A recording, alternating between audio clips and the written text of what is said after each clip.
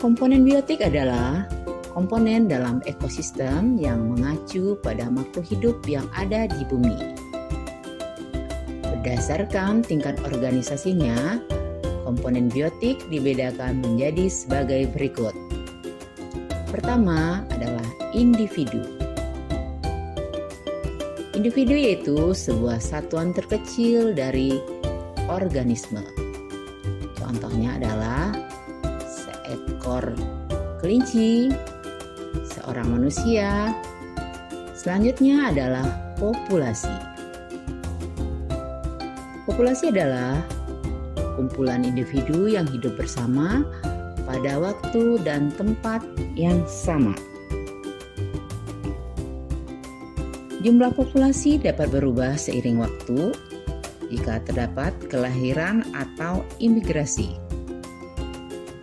Jumlah populasi akan bertambah, sedangkan jika terjadi kematian atau emigrasi, jumlah populasi akan berkurang. Contoh dari populasi, misalnya sekandang ayam, 2 ekor bebek,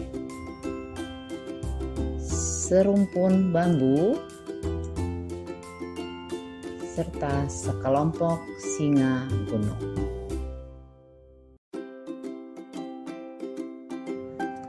Tingkat organisasi yang berikutnya adalah komunitas, yaitu semua populasi yang hidup bersama di suatu lingkungan. Contohnya, komunitas sawah, komunitas air laut. Selanjutnya kita masuk pada ekosistem. Ekosistem adalah kesatuan komunitas secara menyeluruh yang saling berinteraksi. Ya, di sini kita mengenal ada ekosistem alami, contohnya adalah sungai, danau, dan laut. Sedangkan ekosistem buatan, contohnya adalah akuarium dan sawah. Nah, selanjutnya kita lanjut ke berdasarkan peranannya, komponen biotik terdiri atas 3 macam. Pertama ada produsen atau autotrof, yang kedua konsumen atau heterotrof, yang ketiga adalah pengurai atau dekomposer. Oke, sekarang kita bahas tentang produsen atau autotrof. Produsen atau autotrof adalah makhluk hidup yang dapat menghasilkan makanan sendiri karena memiliki klorofil sehingga dapat melakukan fotosintesis. Nah, sementara itu heterotrof adalah makhluk hidup yang mendapatkan makanan dari makhluk lain. Di sini contohnya adalah berbagai jenis hewan dan dekomposer. Yang ketiga adalah dekomposer atau pengurai.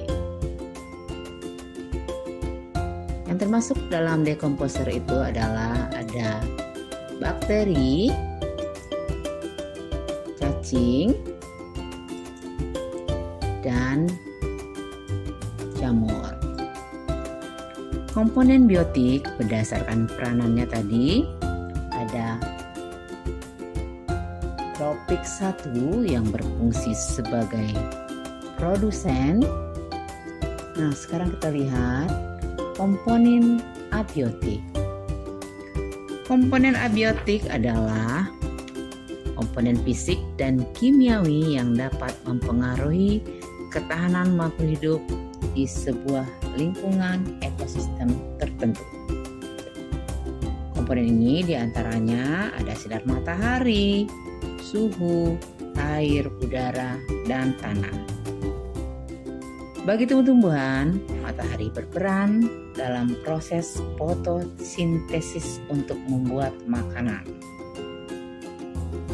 Sementara itu, semua makhluk hidup secara langsung atau tidak langsung bergantung pada tumbuhan sebagai sumber makanan dan energi.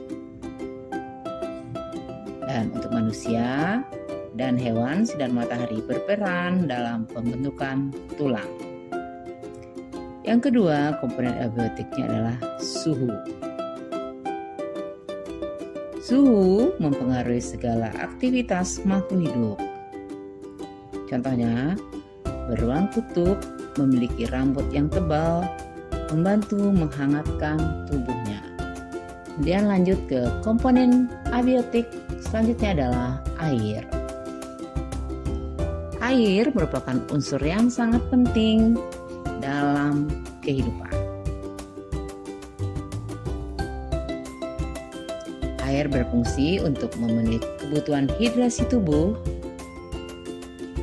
dan sedangkan bagi tumbuhan, air berfungsi sebagai media pelarut unsur hara dan mineral agar dapat diserap oleh tumbuhan. Komponen abiotik berikutnya adalah udara. Udara merupakan sejumlah gas yang membentuk atmosfer yang menyeliputi bumi. Selanjutnya, komponen abiotik yang terakhir adalah tanah. Tanah merupakan faktor esensial bagi kelangsungan hidup tumbuhan. Sementara itu, bagi manusia, tanah digunakan sebagai lahan pemukiman, pertanian, perkantoran, dan perindustrian. Oke anak-anak hebat, demikian tadi pembelajaran kita pada hari ini tentang lingkungan hidup. Semoga video ini bermanfaat bagi kalian semua. Tetap semangat belajarnya. Thanks for watching.